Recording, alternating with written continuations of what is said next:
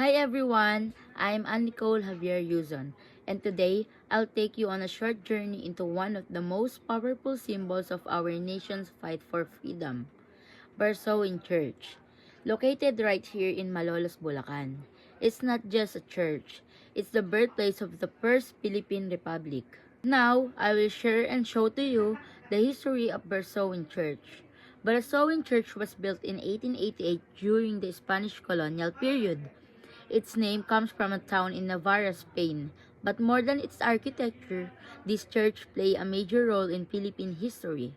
In 1898, it became the site of the Malolos Congress, and on January 23, 1899, the First Philippine Republic was inaugurated here. Emilio Aguinaldo took his oath as president inside this very church. Cultural importance and design. The church architecture followed the Baroque style. Simple yet majestic. It has thick walls, a bell tower, and wooden doors with ornate carvings. Inside, you'll find historical markers and artworks that highlight the events of 1898 to 1899.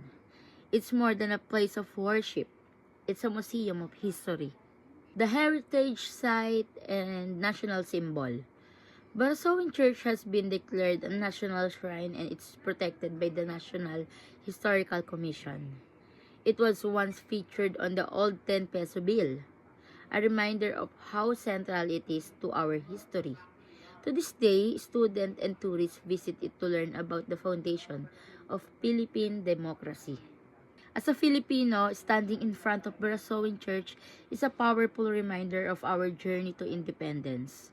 It's important that we continue to protect and learn from our historical sites.